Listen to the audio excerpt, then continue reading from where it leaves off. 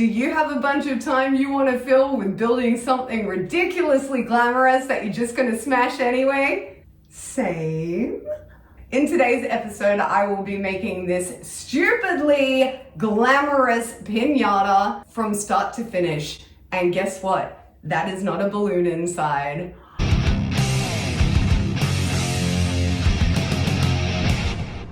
Easter is just around the corner and I have been making some absolutely ridiculous things for my upcoming Easter shoot. And one of those very ridiculous things is the subject of today's video.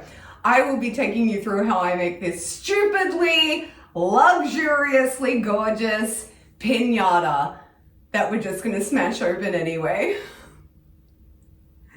What else have I got to do?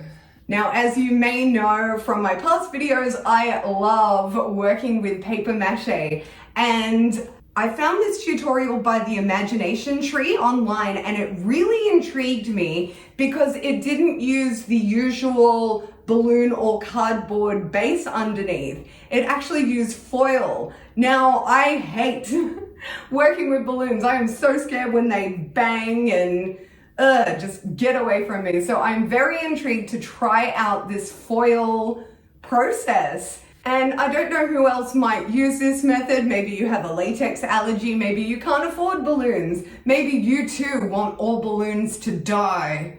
But let's give it a whirl. The tutorial says to just form a round shape out of foil and then paper mache it with tissue paper. Now, there's a couple of steps I would like to add here to improve this. I'm going to mold mine over a large mixing bowl and use sticky tape to tape down a few areas to help it retain a better shape. The second thing I would and am changing has to do with the tissue paper, but we'll get to that in just a second. I'm very aware here of not using too many layers of foil because we still want this to break open.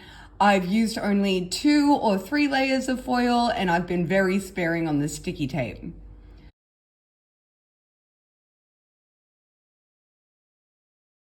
To create the ears, I'm just freehanding the shape onto some cardboard and then cutting it down to the size that I need. Once that's sorted, I'm tracing around the first one to make a pair of 2. I've made some bends just in the bottom of the ears, as you can see. This is so it will sit easily on the base, and I'm just going to sticky tape them straight to the foil. For the paper mache, I'm using watered down PVA glue, not flour, for this one. Now let's talk about paper. We are all well aware that paper comes in different thicknesses and bendiness. This tutorial has used tissue paper, which is very fine, and as soon as you put it into your wet mache mixture, it begins to cling to itself, break, and not lay down smooth at all.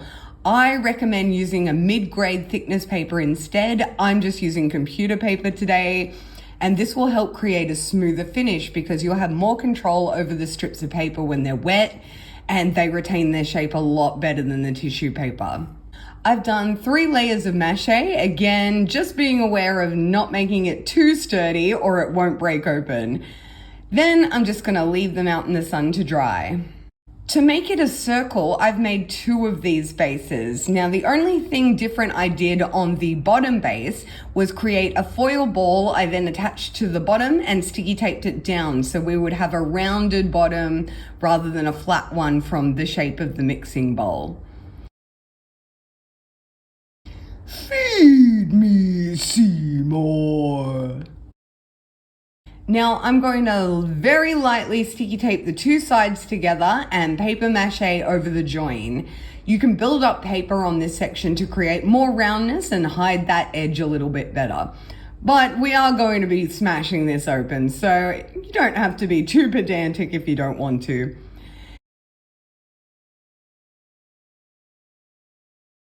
Now you may have noticed I've left a bit at the top open. This is so we can put our treats inside. I'm just going to open this up for now and tidy it up later.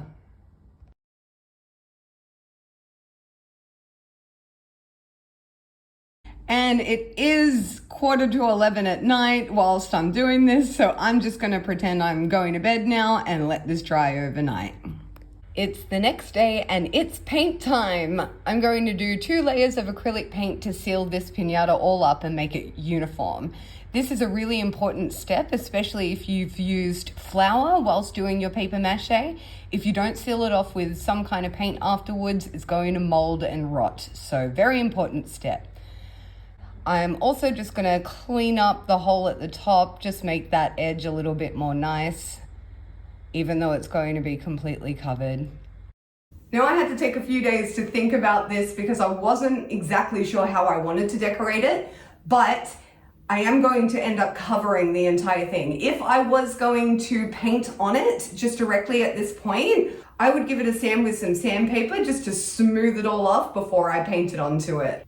Now, one of the most popular techniques for covering a piñata is the fringe trim method. And this is a really, really fast method, which is great.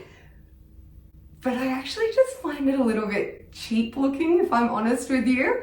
So I'm going to make things really difficult on myself, and I'll be using this scrunch flower kind of method. It's basically rhinestoning, but with tissue paper.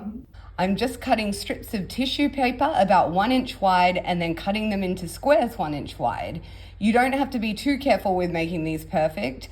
All you have to do is put the end of a pencil in the middle of your tissue paper square and then scrunch it up around the pencil. Then you can use the pencil to press straight onto the piñata. Super handy.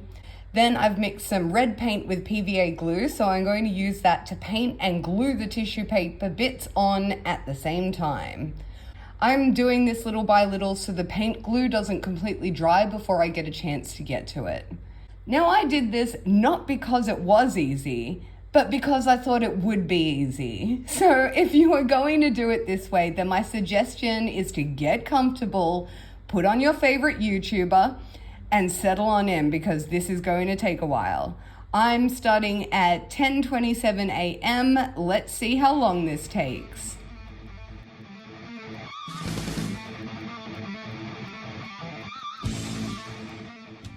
Oh my God, the final stretch. Oh.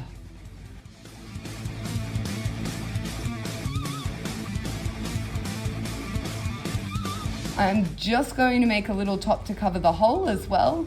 So if the piñata flies off whilst we're bashing it around, the treats won't just fly out everywhere. I'm just making this out of cardboard and using the exact same method to cover it as I did the piñata.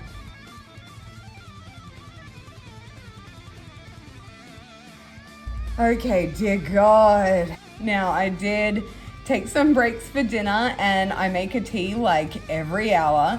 So let's just be generous and say that this took me around 10 solid hours.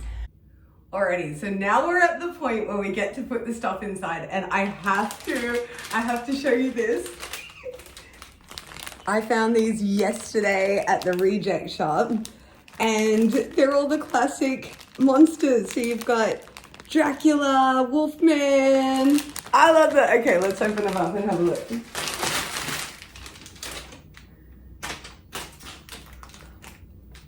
Oh my God, they're so cute. Okay, I don't think I got one in the pack.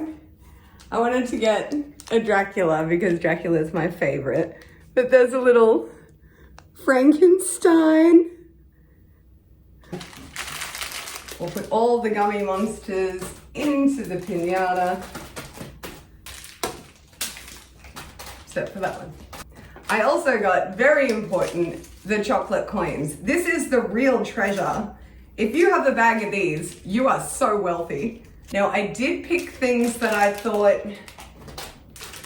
wouldn't get easily destroyed once we start bashing this around, because I have a feeling that we're going to be doing quite a bit of bashing on this one. So the last thing I'm going to do to decorate is I'm going to pop a ribbon around the middle. I'm going to use the rest of the ribbon to be the tie at the top. So hold on to your excess ribbon, and I'm just going to, oh, can't see me. I'm just going to hot glue gun the ribbon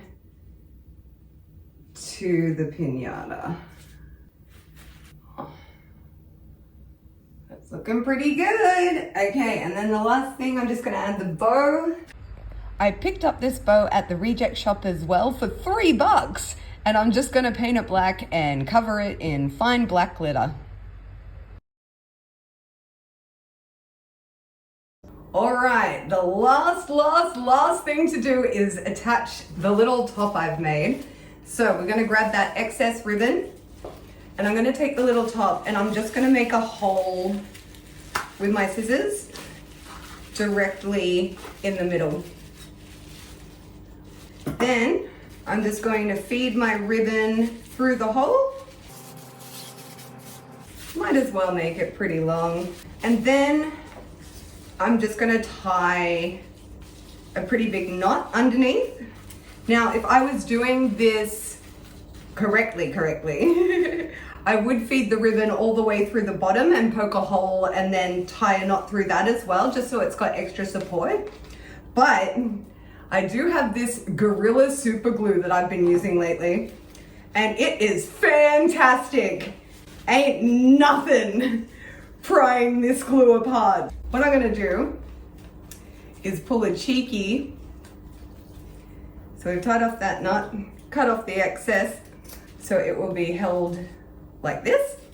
And then I'm just going to super glue in that top there like that.